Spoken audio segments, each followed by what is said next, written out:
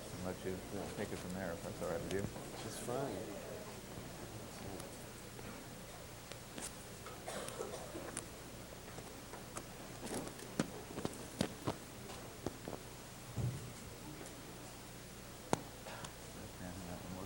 Yep, got it. Do you live with those things on every day? Every once in a while. We're not.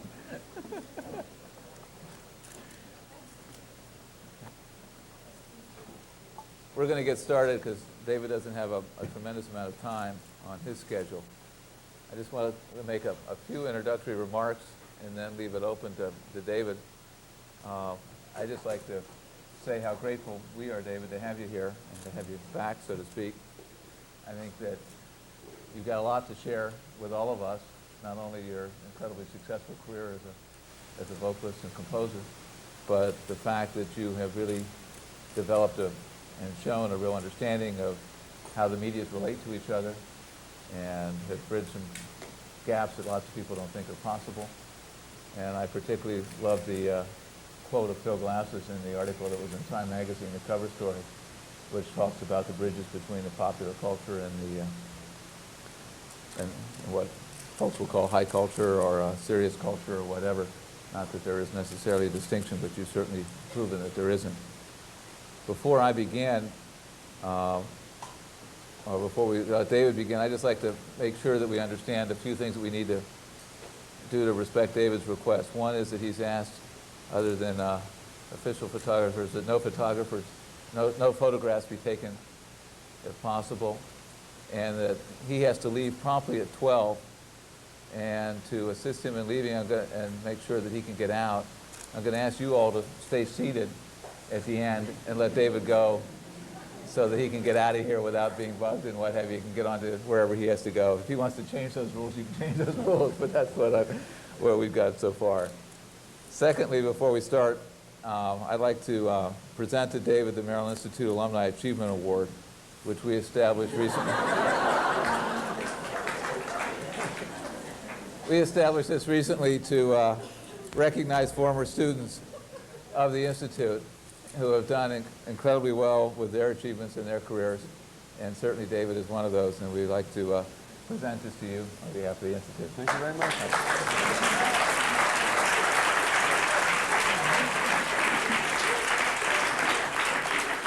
Do you want to attend? Do you want a question and answer? How do you want? Well, I don't really have anything prepared. So what I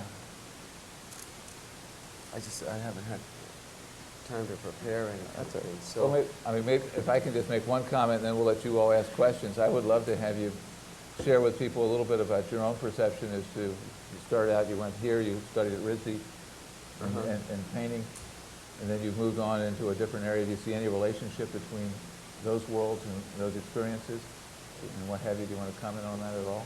yeah, I and some other people after not being in school for a while, kind of bumming around the country and working in diners and whatever, ended up gravitated to New York and had ambitions to exhibit in galleries and all this kind of thing.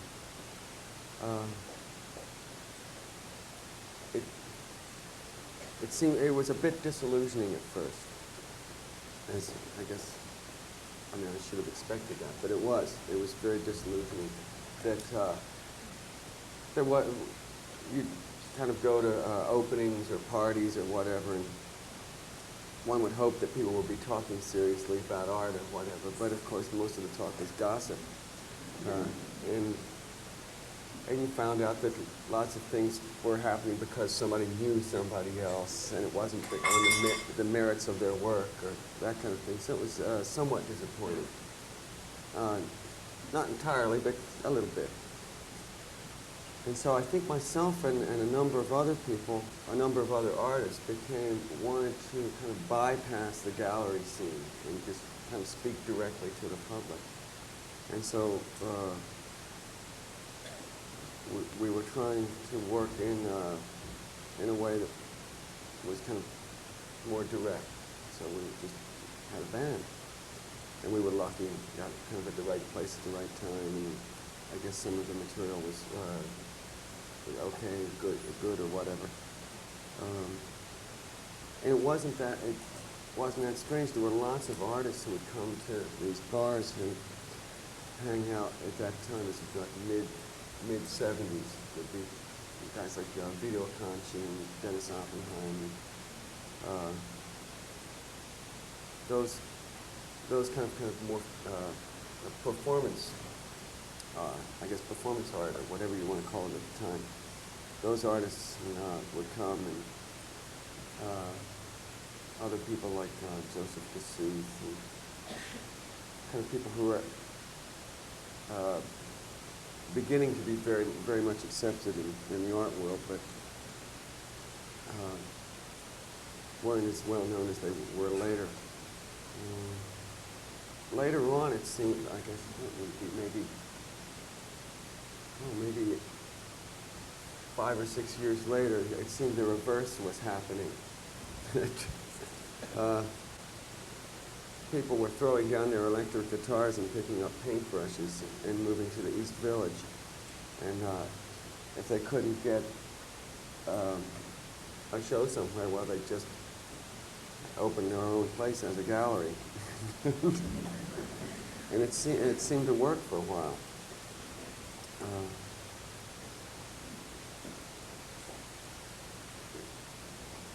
And I guess everybody's familiar with all the other stuff that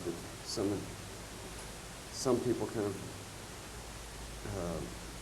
became like art stars and the equivalent of rock stars or whatever,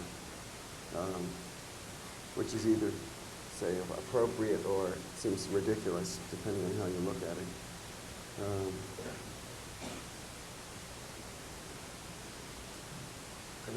All right, let me just a couple of follow-up on that. Do you feel that when you made the move and you really went into music full time and you began working in that, you did it with an idea of becoming more directly involved with audiences and with people? Do you feel that that's really been true, that you've been able to do that, or you feel that where you are and where you got involved in music, it really became very similar to the painting in the sense that you really lost that contact as well and you didn't have that kind of relationship? I think it did, at the time it did speak to an audience in a more direct way, without any kind of aura of being high art or low art or whatever. It was just, it just came out. Now I think it's the balance is a little bit different. The art in general, say, is much more popular than it used to be. A lot of the museums are just full to bursting with lines around the block to see the latest shows, the latest blockbuster show or whatever, and of course the price of art and all this kind of thing has just gotten ridiculous. But and along with that, more of the kind of general public is aware of it. Whether their awareness is what one would like it to be, who knows? But it's certainly it's not as difficult to kind of get out there and have your ideas or feelings or whatever be known as it used to be. I don't think in some ways it's maybe more difficult to break into that, but less difficult once say an artist is in that to reach the public. Do you find from a creative point of view as an individual that you get the same kind of satisfaction out of the kind of work that you're doing as you did when you were painting, or more so or less so? Or what's really different is that it's a kind of collaborative thing. And most painting and fine arts are not. Most of the time it's accepted that in the fine arts it's the vision of one person and everything goes into that. And in most cases, I would say it's done kind of in a craft-like way. It's done kind of in your home, in your studio, whatever. It's kind of made by hand or overseen by that person or whatever. Whereas in music or whatever, you're trying to combine the talents of a number of different people in most cases. I mean, there are instances of musicians who kind of, with keyboards and synthesizers and computers, kind of do it all themselves. But in most cases, it's the result of a lot of different people being involved. And maybe there's one overriding vision, but it's still kind of, there's still a lot of other things coming into it that are being maybe shaped by that, but it's not all from one person. I think that really gives a different kind of feeling. Let me just, do you all have some questions? Anybody want to start with any concerns, questions? Over here.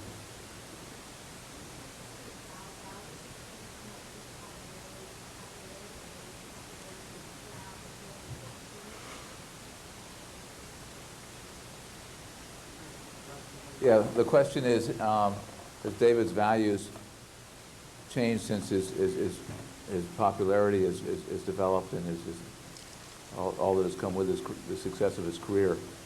And that's fair? I think as I got more successful, I had to actually think about what my values were. Whereas when I was just starting out, it was just a given. I didn't have to think about it at all. There was less temptation to give them up. There was more just about survival. So it wasn't until there was some measure of success then the possibility of temptation or corruption or abandoning certain values became a possibility. And it wasn't until then that I had to kind of say, wait a minute, what am I? Do I really want to do this, or do I really want to do this? When there was the possibility of kind of choosing between this or that, or doing one thing or another. Does that sort of answer it? Over here. Okay.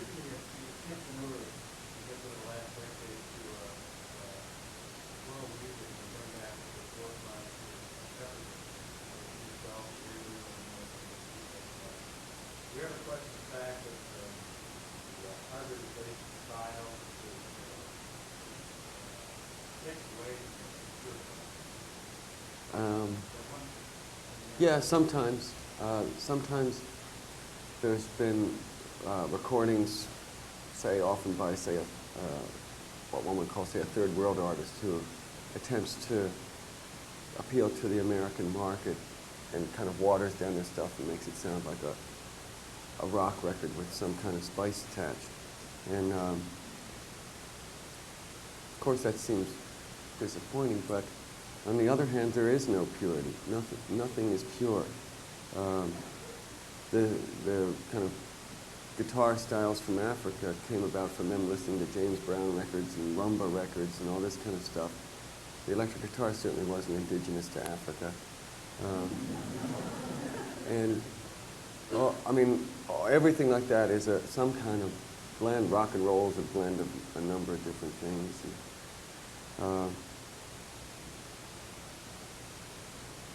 Some of them kind of seem to maintain part of the spirit or soul of the culture, and some of them kind of quickly abandon that.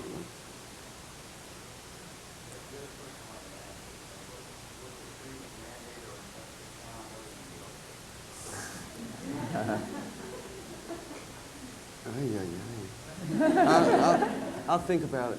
Come back to that. Who else? Yeah.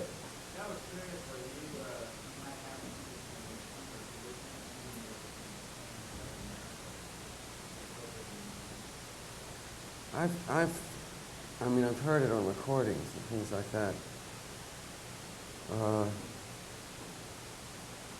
I think the things that I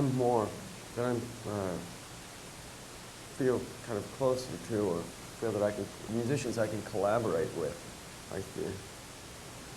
are kind of people who are more aware of kind of Western pop culture. whether it's, in this case, in recently, Latin musicians in New York, a lot of whom grew up hearing the Beatles before they heard Latin music, but they're part of that culture. They live in that neighborhood, and so that's what they play. Or whether it's, say, a year or so ago, it was African musicians in Paris who grew up listening to American funk records as well as African records, and so they already are kind of there's already some kind of bridge or hybrid happening where everybody's kind of meeting halfway and trying to figure out something new. I feel like those kind of very traditional cultures are very, it's very far away from what I'm doing. I mean, the music is beautiful and everything, but I don't think there's any way I could work with it. Way in the back.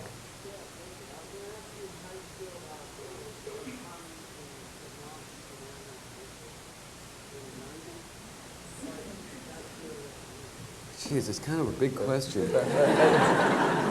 I've been asked to repeat the question, so let me try to do that. The question is, how does David feel about the harmony between...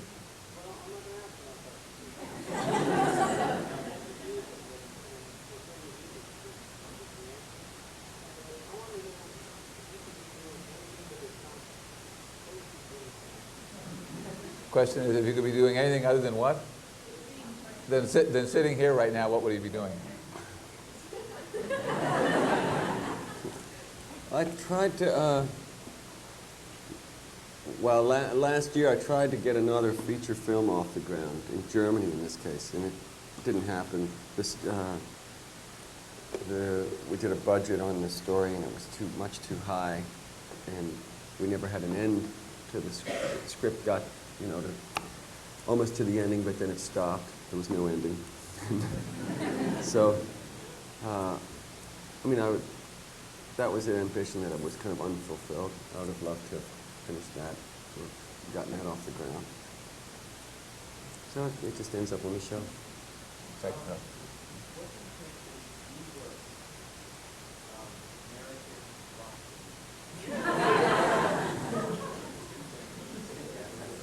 The worst? The question is, what is the worst American rock group?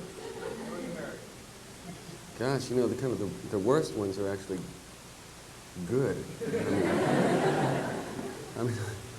I was talking to one of the crew who had worked on Ozzy Osbourne's show.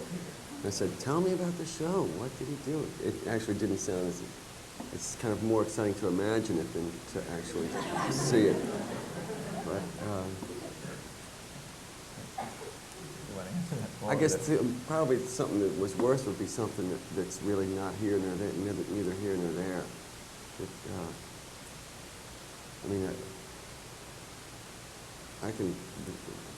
Might not listen to it, but I can respect that stuff just because it does what it does. It's not kind of wishy-washy about it. First, go ahead.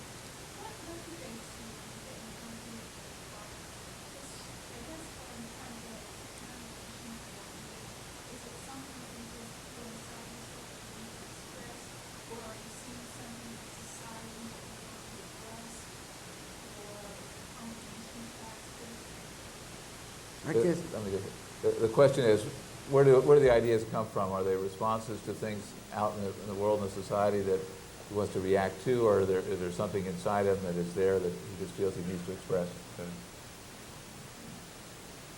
Boy, I guess it's a combination of both, but that doesn't really give you much of an answer.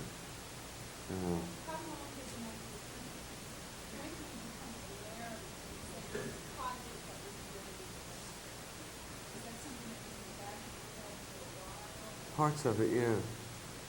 But I'm sure that it'll kind of, ferment on the shelf or in the back of my mind for however long it takes, and it'll come out in one way or another. I think stuff, that kind of germinates or kind of you mull it over for a good while before it comes out. It seems to me.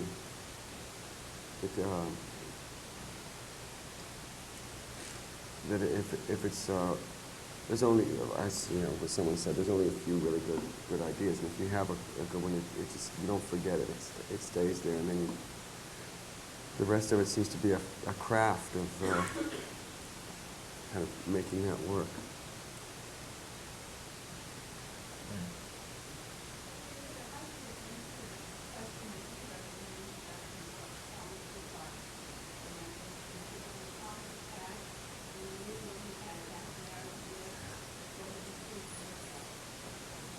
The question is, it's a quote from one of David's introduction that David wrote. If there was an atomic attack and you only had a half an hour to live, what would you choose to look at? Really, kind of cliched stuff. Friends, family, grass, trees, stuff like that.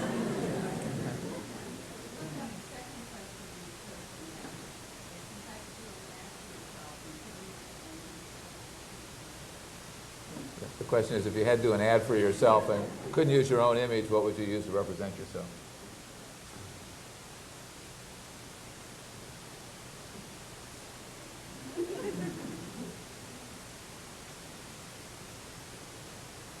I don't know. It would take a lot. Why people hire They're us kind to do this. of hypothetical questions. Let's get somebody else. In the way back, right here.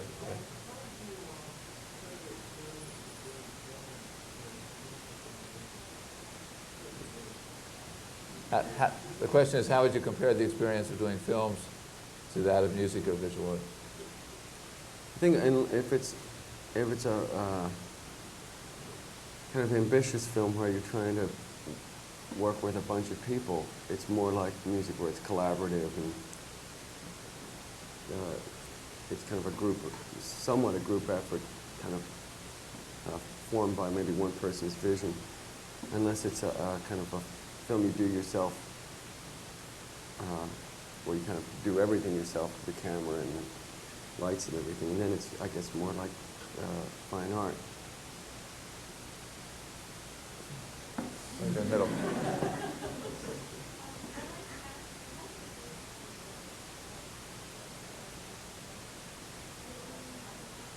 What? Oh, The question was, how did these books come together?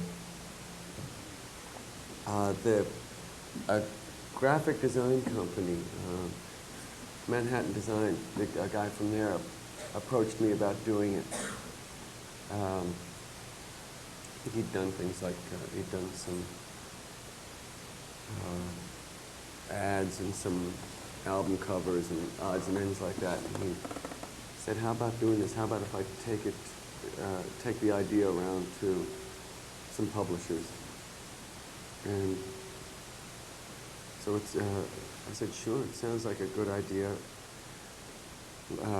I felt like it should be kind of this, to a large extent, it should be his book. It should be something that they did, and then I kind of had it contributed to in a way. It took an incredibly long time to get it worked out with the publishers, and then even when the book was finished, I think it was a year after it was finished before it was actually released. The book world seems very, very slow, unless there's, unless it's whoever Fawn Hall's memoirs, and they're going to rush it out. I'd just like, if I could, ask a follow-up on that, because you talked a lot about collaboration, working with others, other people doing things. You're at a point in your career where you've got an entourage of people around you who are living off of your success. And you can't, in their eyes, afford to make a mistake, because that infringes upon their ability to promote you and to do well. How does that allow you the kind of collaboration you're talking about, where you really may disagree with somebody, but you got to basically fold in with it to really be a part of a real collaboration. And how do you adjust to that kind of pressure where you were really, you have a group that was here last night that you helped put together and you're working with all those musicians, but clearly you're the lead in that group and you're the reason that it's successful right now because of what you bring with it. How do you adapt to that and how do you try to make sure that you're a real partner in that kind of a process?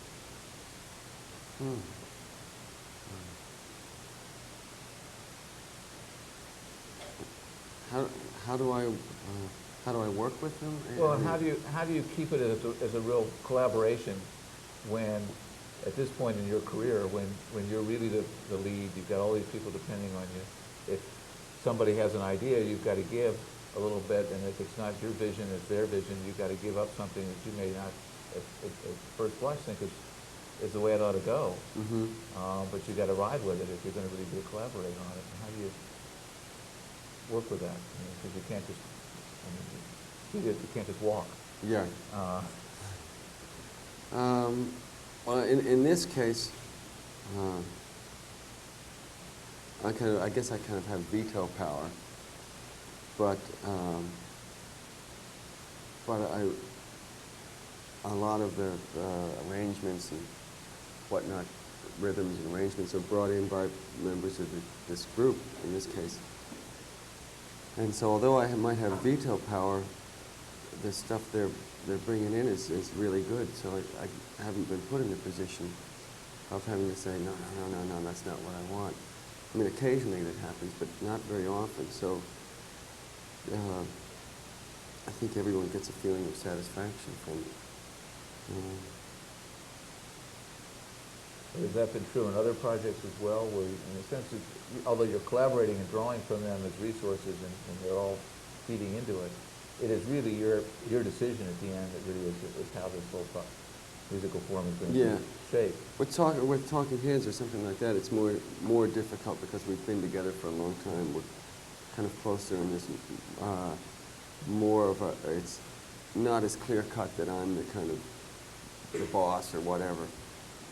So it becomes more delicate how to work together. Not always easy, but one would hope that it would be kind of self-evident when an idea works, but it's not always. Sometimes we've even had to resort to getting in a third party and saying, which one do you like? Stuff like that to resolve those kind of things. What happens is, let's say you wake up tomorrow morning and all of a sudden you successfully express all these great ideas despite your previous success with getting ideas out of your head. You decide to be a plumber or something. What would you do in that case? If you just totally came here tomorrow, would you really have the responsibility to keep doing what you're doing, or would you say this is it, now to move on? The question is, if he wakes up tomorrow, I mean, can you all hear the questions when they're asked, or do I need to repeat them? I don't need to repeat them? All right. Because I've been asked to repeat them, but if you don't need them, I won't do it. Go ahead. I guess you should be a plumber, I guess.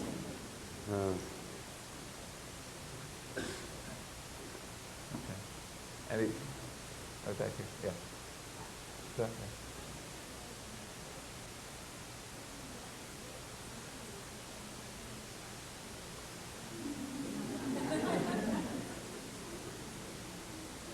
Everybody hear the question? The question is, looking back, what value did he place on going to art school? When I was up, I think art school gave me time to, gives you time to kind of figure out what it is you want to do, or what you are, or what you feel comfortable with. A lot of, I think, more kind of traditional or the other kinds of colleges, I mean, it's sort of, you maybe get your freshman year to float around, and then right after that you have to decide what your major is and all this kind of nonsense, and it's kind of like you're making a commitment for the rest of your life, what you're going to be, and how you're going to do it, which is kind of rushing things a little bit. I think, and I felt like the kind of whatever the creative impulse or any of that kind of thing, it isn't that different from one field from another. It's easy to, it's kind of natural to, I don't know, read a novel and get inspired and then want to do something in another, and whether it's take a photo or paint or whatever, it seems kind of natural that one thing that fertilizes the other. It doesn't seem strange at all to me that I would go to art school and then make my living making music. Seems kind of natural. All the way back.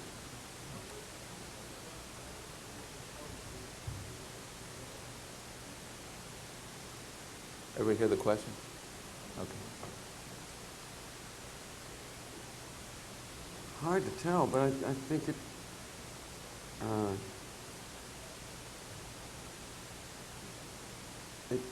kind of instilled a certain, a certain sense of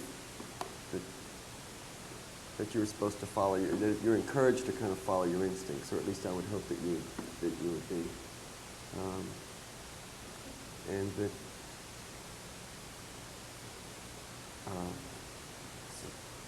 That's about it, I guess. I mean, I didn't benefit by, learning about different kinds of paint or photo emulsions or any of that kind of thing.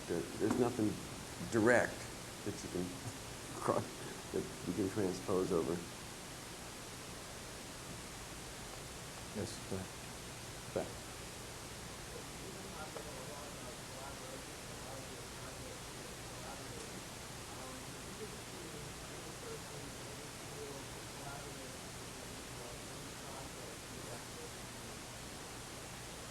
I'm usually doing it. I mean, at the moment, I had a kind of desire to kind of work with these Latin musicians, not exactly by so and so by name or so and so by name, and I kind of tried it out a little bit a couple of years ago, and tried it out again and again. And so I'm kind of doing it. Yes.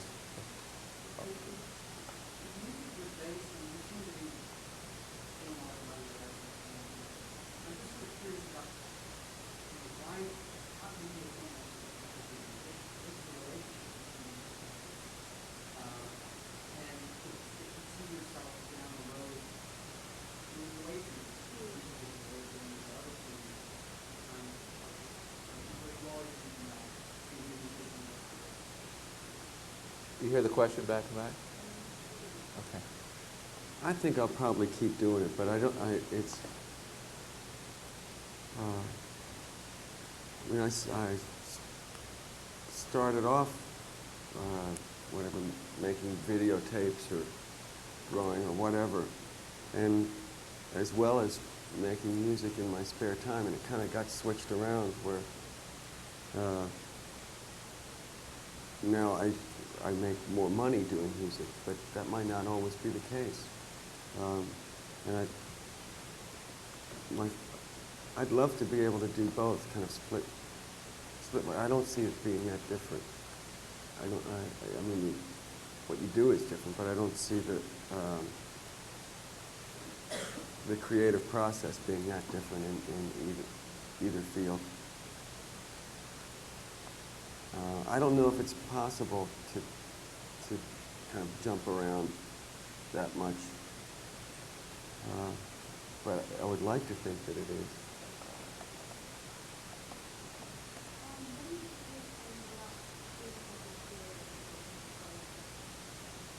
Just go to a movie. But the question is, what do you do in your spare time when you're not doing your musical work? Normal stuff. Go to a movie, get something to eat, walk around. Yes.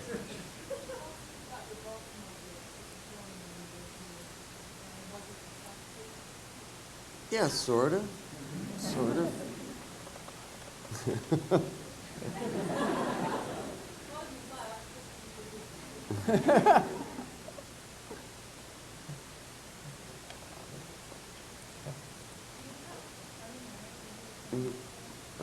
We have a Question is he married? Does he have family? baby girl. It's 5 months.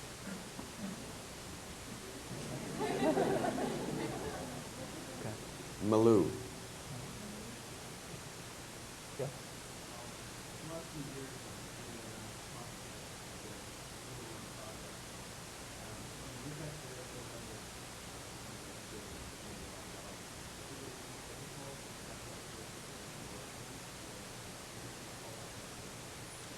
It sort of falls back, sort of. It's always different than before, but I guess that's how it should be.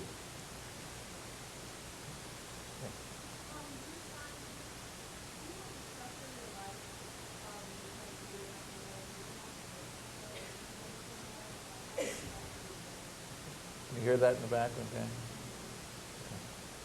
Yeah, I think most of the time it's more structured than I would like it to be.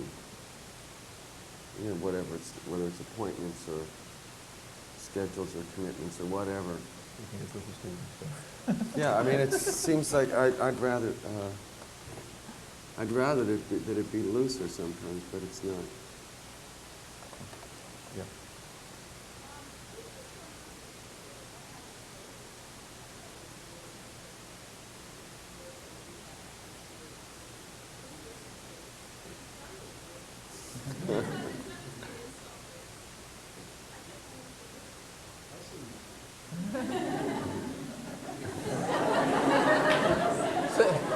We'll save it till later. I think there's stuff happening. It's whatever the American radio is really very conservative. I do think there's also a lot of stuff happening in other countries that, like I said, people from other countries who grew up listening to the Beatles and James Brown and Jimi Hendrix and everything else over the years have kind of adapted it and reinvented it, ways of playing it. And I think they're maybe come up with some fresh approaches as well.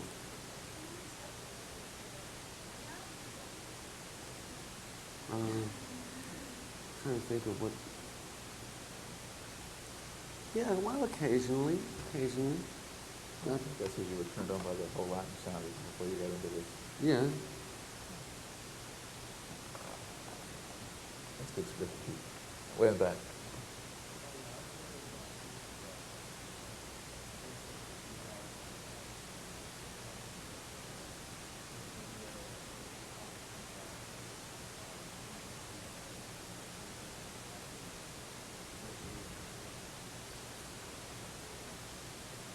Pretty much as far as, there's I don't know if everybody heard, the question was about the album packaging and that kind of thing. My job, thanks. Pretty lot. We pretty much have, approvals over the albums and all that kind of stuff. Although sometimes there's no way to keep track of everything. There's no way to keep track of every ad that's placed in every newspaper all over the country or whatever, those kind of things. It's just plain impossible. But started off I had a job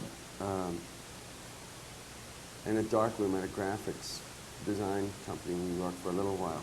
And when there'd be slow moments, I could typeset stuff for album covers. Sort of first couple or first few were really kind of everything was hands-on.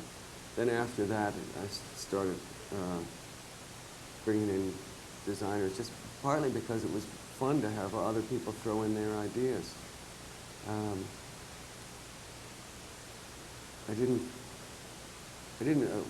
I felt less that everything had to come from us.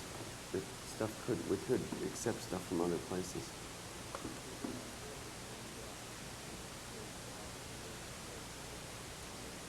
Most of the time. I mean, I did one with a Latin dance group for this record.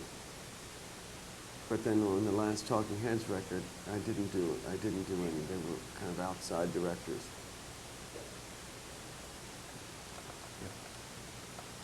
So right now, since you're concentrating on visualize the past 2 months, do you feel a threat of this whole censorship issue and not being addressed in some way?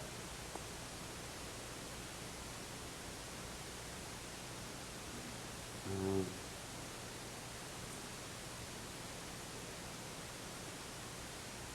yeah, I have. I mean, I don't really have to. Haven't run up against it myself. It seems to me that that once you kind of start drawing the line here, then it becomes impossible. You never know where it's going to end. That regardless of whether you find what Mapplethorpe's photos offensive or not, or whether if you find them good or not, I think you have to allow them to exist. You have to say this is. You can take it or leave it. But you can't kind of try and hide it away. Have you found that Jason, when you go to choose that idea, do you find yourself now considering, oh, I have to edit this before it even becomes a completed project? You said something before that even with maybe I didn't have to put something. No, I don't think so.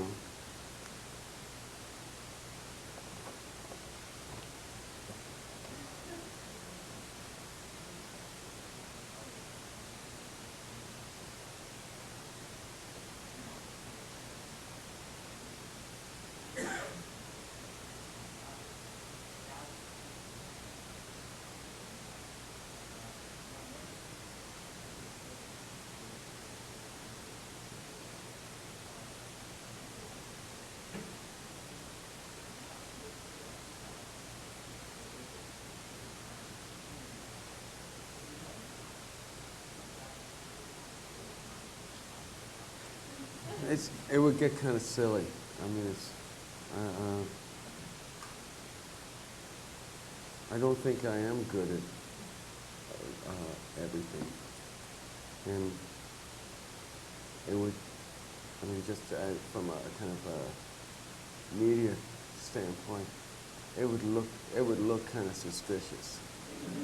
It would look like the work was not being accepted on its merits, but was being accepted because it was kind of, yeah, it'd be like a celebrity kind of deal, and it doesn't make any sense.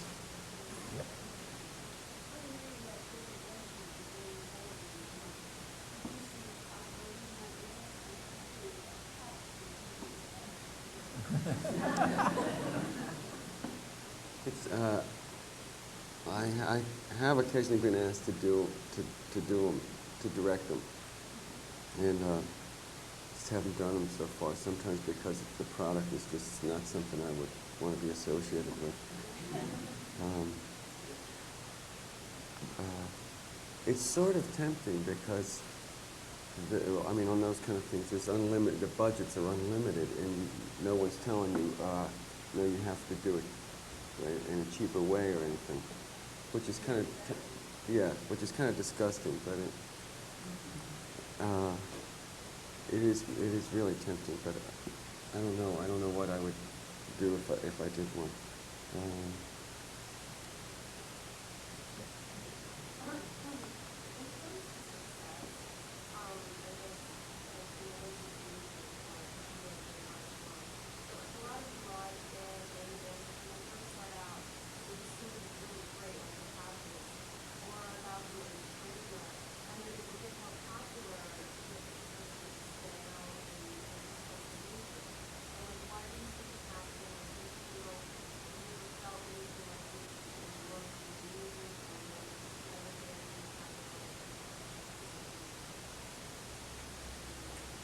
Can you hear the questions when they come from that? Boy, I'm not sure. I mean, yeah, I see it happening all the time. Somebody has, whether it's art or a music group or whatever, they seem to have kind of a burst of creativity, and then when it's time to come around for the next shot, they're kind of stuck. It's like, well, I mean, it's been said that you stick a lifetime of ideas and feelings into the first outburst, and then you only have a year or so to come up with the next group. And I don't know, I can't explain why some people can't come up with the next bunch. In the middle. Yeah.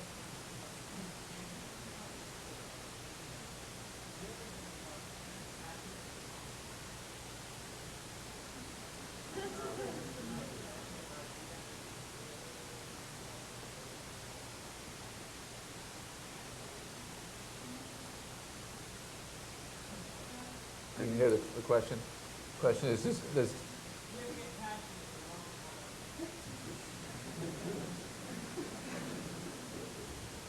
You mean like if you don't have a, you mean like a pencil when you don't have an idea and you can't write it down or whatever? Yeah. That kind of thing? Or, is that what you mean?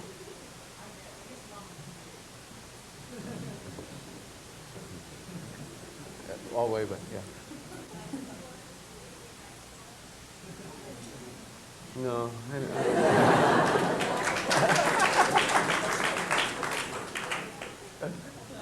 Way in the back.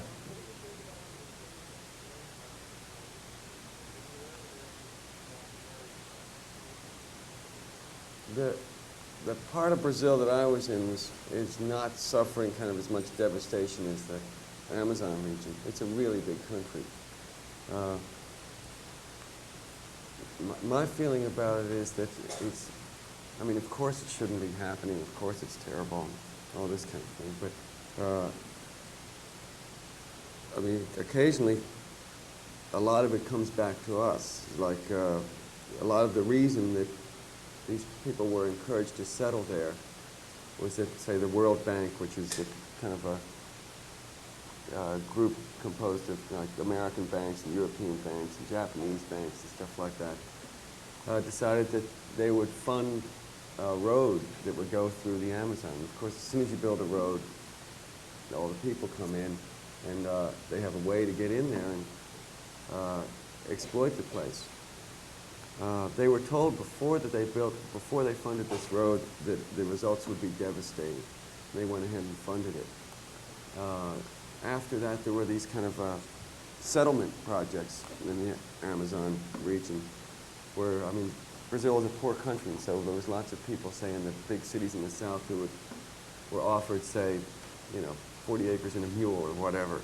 And they would rush up there, and again, the World Bank funded the initial part of the project, and millions of people rushed in and just started chopping down the trees and burning them and whatever. And the soil, of course, is no good for farming. Now they've decided that they've realized kind of the error of their ways, and they've stopped funding it. But of course, now the people are already there, and the damage is already kind of done or is underway. It's difficult for me to know what to make any suggestions about it, because it seems to me it's hard to tell, say, Brazilians not to do what we've already done. The Native Americans are left on little parks, which is what is going to happen in Brazil, that the Indians in Brazil are going to be left with some little parks here and there.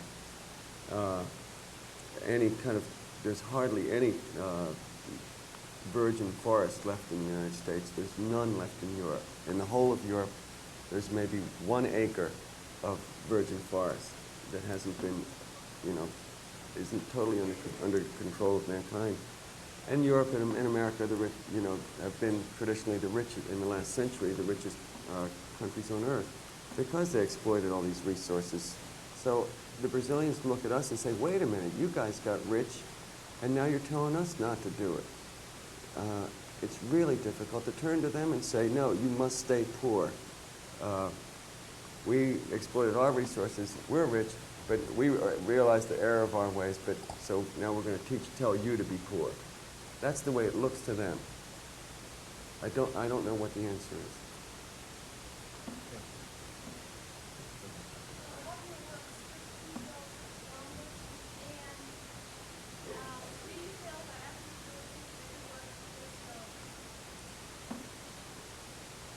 Well, I don't really rate them or give them grades or anything.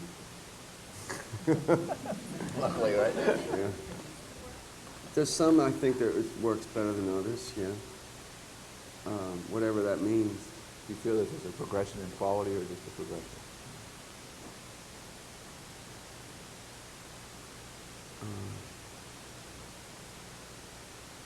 There's kind of a progression, but I don't think it necessarily gets better or worse. I think it kind of veers around and deals with different things, and I hope kind of has kind of maybe broader scope or narrower scope or whatever, but I don't think it necessarily gets better.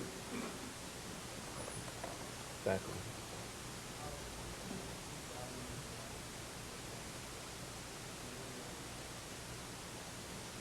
Can you hear the question?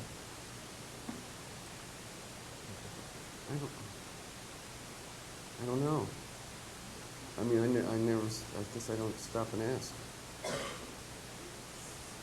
Yes.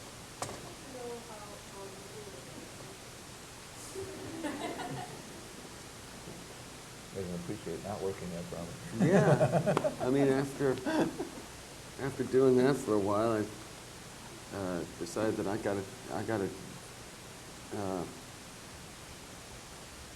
do something else, or I'm gonna be doing this for the rest of my life. Yeah.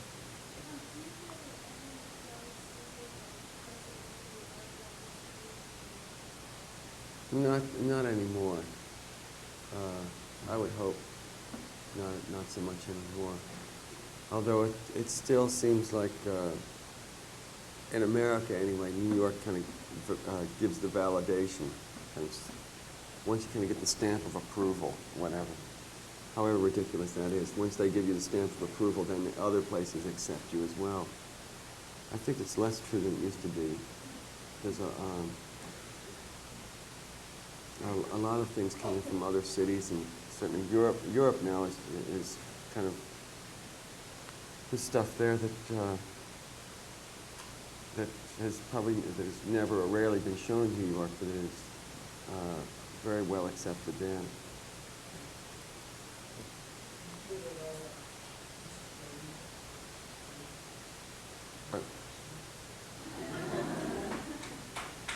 Well, I sort of feel like myself, like I should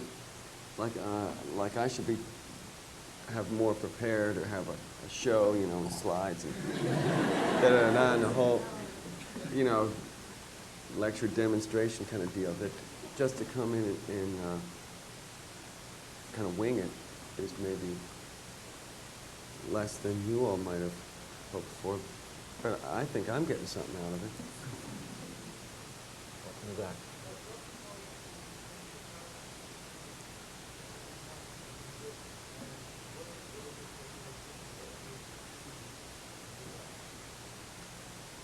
I think I was always making music in one form or another, and kind of lucked into it. Kind of some of us friends, and we just decided let's give it a shot. And I mean, I was still doing artwork of one sort or another at the same time, but we just lucked out. We started playing in clubs in New York, and people started coming. At first it'd be just like 20 people, and then after about a year, it got so we could quit our day jobs and kind of make a living at it. So, and then it just took up all our time. So we kind of fell into it.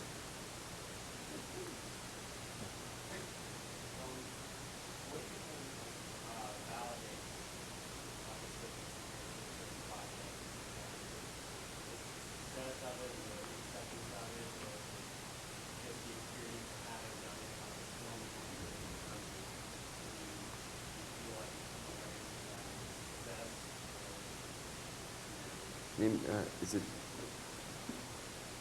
the attempt at making it was? Yeah, is there like a criteria you have that this is a valid thing to do, or this, if you pull something out of that? Yeah, most of the time I try to tell myself that. And sometimes when I guess if something just falls through or doesn't work out, I mean, you like to think that it's not a total write-off, that it's not just, that you didn't just waste your time, but I think probably some of it was a waste of time. And I mean, I guess to learn from the experience and all that kind of stuff, but at the same time, it's kind of a pain to have to go through something and not have it turn out.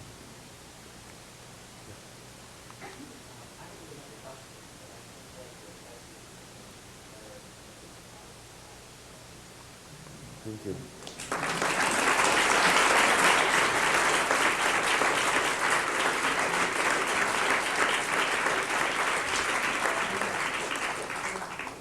We're actually at 12 o'clock, which is the time that David has to leave, and with that comment, that's probably a good place to stop. Thank you all for coming to. Thank you. Thank you very much.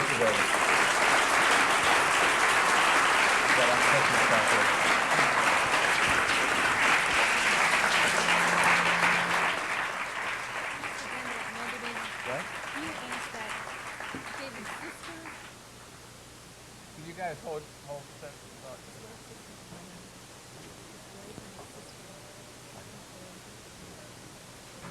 Okay. All right, if you guys can wait a second, then.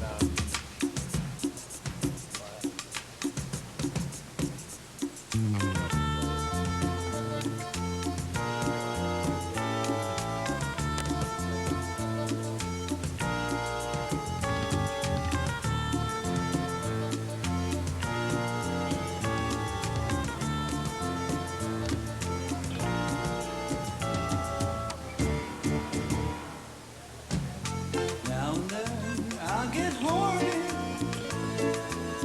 At night you do. At night you do. Smile from side to side. At night you do. At night you do.